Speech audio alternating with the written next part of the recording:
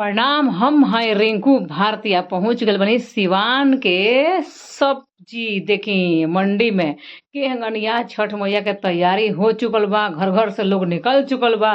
देखी चंगेरा सूप छैटी लोग किनता खाए खातिर, तो छठी मैया के घाटे अर्घा लेके जाए खातिर।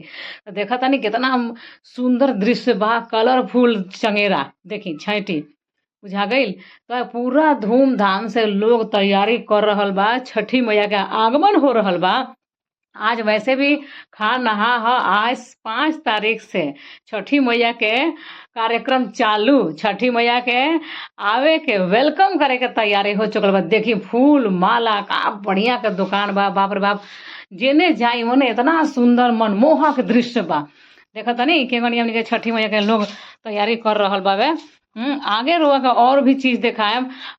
हई देखी मार्केट पूरा बाजार हई, बाप रे बाप। सब्जी मंडी में फल के दुकान लागल बा। देखी अदरक शरीफा संतरा हई सब आदिवादी सब है दे एकदम लागल बा। कितना सुंदर लागत है।